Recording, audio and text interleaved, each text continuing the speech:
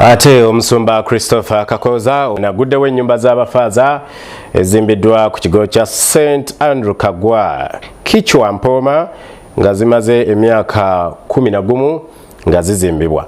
Ono alabudde abakristu ku bakozi b'ensimbi abafere abeerimbika mu masabo n'abamu nga basumba ate mu makanisa. Omusasi waffe kakuwa ebisingawo.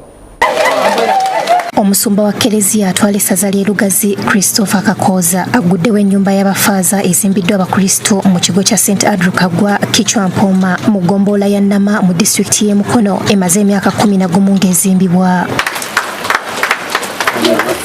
Omusumba Kakooza asoose na kitambiro kya mmisa mwasinzidde okulabula abakristu okwewala abantu abeesomye okubafera ensimbi ng'abamu beerimbika mu masabo ssaako n'abeefuula abasumba mu makanisa nga beeranga nga ye bakola ebyamagero.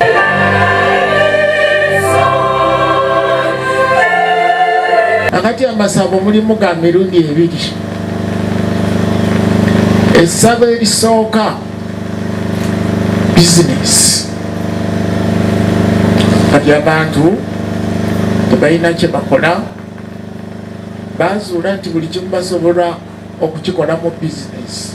Ayogedde abantu engeri gye baamulabula nga bwe yali agenda okufa olw'okugula olutalo ku basamize kyokka emyaka kati gisoba mu 3 ng'akyali mulamu amoga.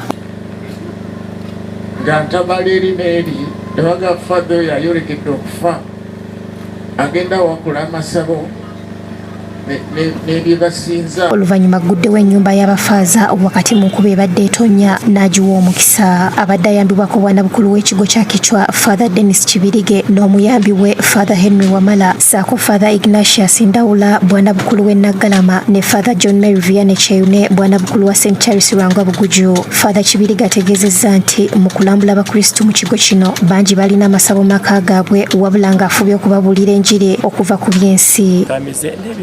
Bingi ebyakatonda tebirabiriyo naye twateekawo kaweefube okusoma ebitambiro by'emmisa buli kabondo kikomeza abakristo abalala bangi ate n'emisomo egy'enjawulo ng'oguno ogenda okutandika enkya ogwa Life in Spirit Seminar. Agambye nti oluvannyuma lw'okuzimba ennyumba bazizzaako gwa kuzimba goloto ya Bikira Maria egenda okumalawo obukadde 35. Egenda kubeera nnungi nnyo nnyini ddala era nga twatandise dda okusonda ku nsimbi ezo twakafunawo obukadde 7 tegeeza nti tuguzaayo obukadde 28.